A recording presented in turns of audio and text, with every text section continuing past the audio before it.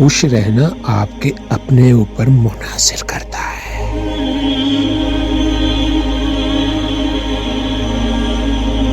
کہ آپ کسی کی بات کو کسی حد تک سنجیدہ اور مذاق میں لیتے ہیں۔ بعض اوقات چھوٹی چھوٹی باتوں کو سر پر سوار کرنے سے ہم روزمرہ کی زندگی کا تناؤ کا شکار بنا دیتے ہیں اور چھوٹی چھوٹی خوشیوں سے لطف اندوز ہونا بھول جاتے ہیں۔ خوش رہیں، خوشیاں بانٹیں۔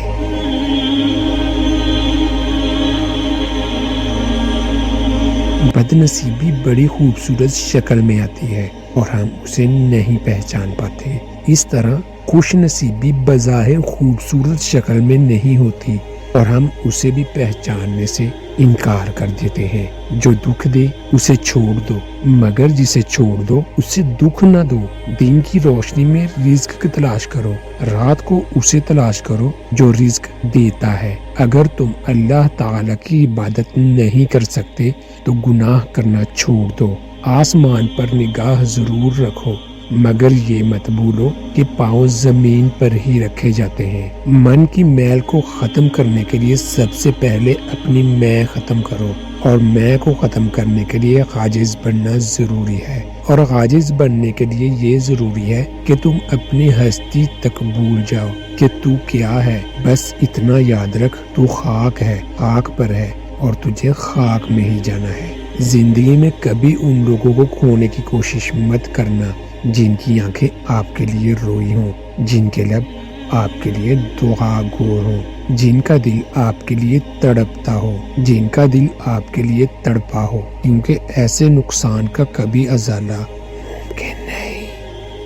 3 لوگ ایسے ہیں جو کبھی گناہ نہیں کرتے لیکن پھر بھی ناپسندیدہ ہوتے ہیں: لالچی، متکبر اور بہت زیادہ کھانے والے۔ عقل مند کو اللہ کی تائید حاصل ہوتی ہے۔